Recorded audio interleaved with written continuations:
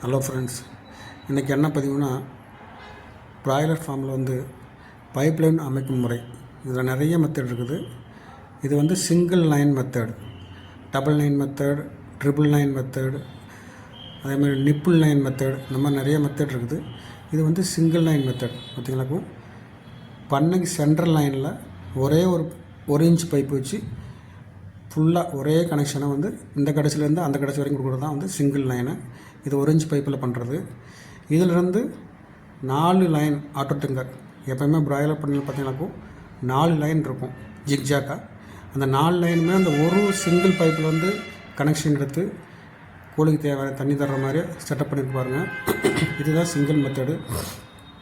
இதில் ஒரு plus point என்னென்னா எக்ஸ்பென்ஸ் வைஸ் ரொம்ப கம்மி. மற்ற மெத்தடுக்கும் இதுக்கு ஒரே ஒரு சிங்கிள் லைன் தான். அதனால் எக்ஸ்பென்ஸ் ரொம்ப கம்மி. இன்னொரு பாருங்கள், இன்னொரு பண்ணையிலும் அதேமாரி தான். இது ஒரு 7500 கோழி பண்ணை. எல்லாமே ஒரே சிங்கிள் லைன் தான் பண்ணியிருக்காங்க. இந்த பைப்லைனுடைய பாசிட்டிவ் சொல்லிட்டேன். எக்ஸ்பென்ஸ் வைஸ் ரொம்ப ரொம்ப கம்மி, அதிக எக்ஸ்பென்ஸ் ஆகாது. பட் நெகட்டிவ் நிறையா இருக்குது. இங்கே பாருங்கள், இந்த 4 லைனில் அமைக்கும் போது ஃபுல்லாக அந்த டியூப் பாருங்கள், எங்கே பார்த்தாலும் ஒரு டியூப்பாக பண்ண ஃபுல்லாக டியூப்பாக இருக்கும்.